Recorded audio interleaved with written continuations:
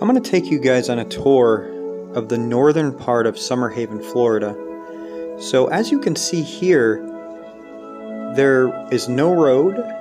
The road was washed away by hurricanes, but this was a paved road not very long ago, and you can see it's just been turned into rubble and there's sand coming up onto the rocks here.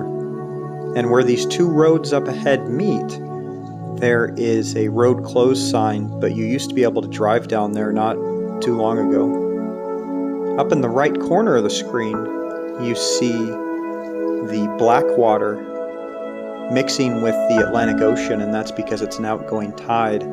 I will show you guys more of that in a little while, but I want to show you a different viewpoint here. So here you're looking at old A1A on the left side and new A1A on the right side. So essentially we're looking south here, and the old highway actually used to go on this left side. On this east side, there's just this little bit of sand now, which during high tide is almost covered by the ocean, but that's where the main road used to go.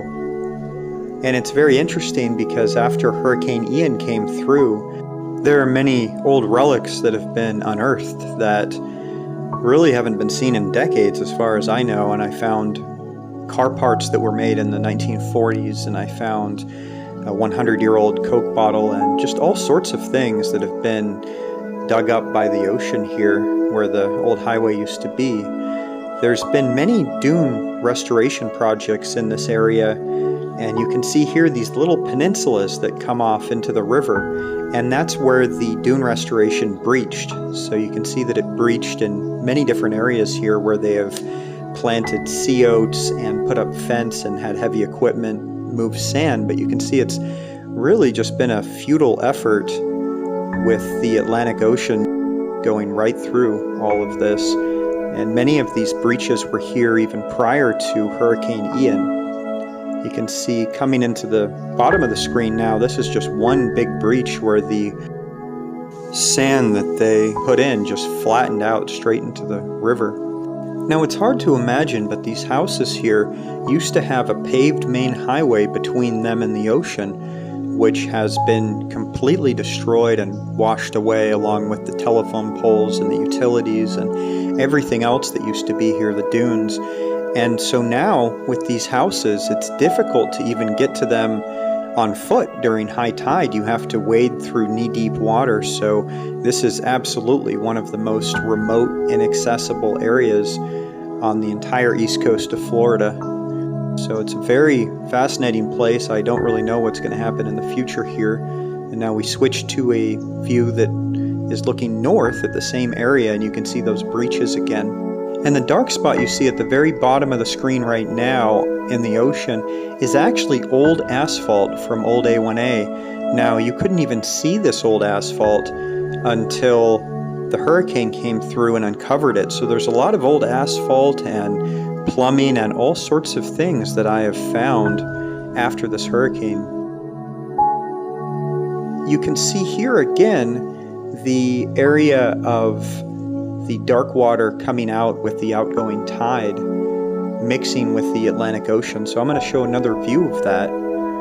And so here you're going to see three distinct different colors of water. On the bottom, it is a turbid Atlantic Ocean that is mixing with sand, the surface mixing it with sand, which you get this tan color. And then above that, you see this black water, which is water that has mixed with tannins from decaying vegetation, which is something you commonly see in Florida. So this is coming out from the river and mixing into the Atlantic Ocean. And then on the far side, which I'll switch to another view here, you can see there's actually this blue turquoise water, which is just deep open ocean, and it's very good visibility there, but it's interesting to look at the dark tannin water mixing with the Atlantic Ocean. Here's another view you see here, but this is a very interesting inlet. It's one of the, I believe, the only inlet on the east coast of Florida, major inlet on a map, that is not dredged, that is not controlled. So this is what a natural inlet looks like. It's not passable by boats, and all of this white capping that you see because of sandbars. So you have a very inconsistent depth out here, and you have areas where it's very deep and areas where it's very shallow, and all sorts of currents out there. So when the inlets are not dredged, this is really what they look like, and it's a very unique inlet because of that. Anyway guys, thank you very much for watching. I really appreciate all of the millions of people who have been supportive of these videos. I have a full-time job doing other things, but I will do my absolute best to keep bringing you this content. And if you guys can help me by following, subscribing, liking, sharing, commenting, all those kinds of things, I would greatly appreciate that. So I will see you very soon, and thank you very much.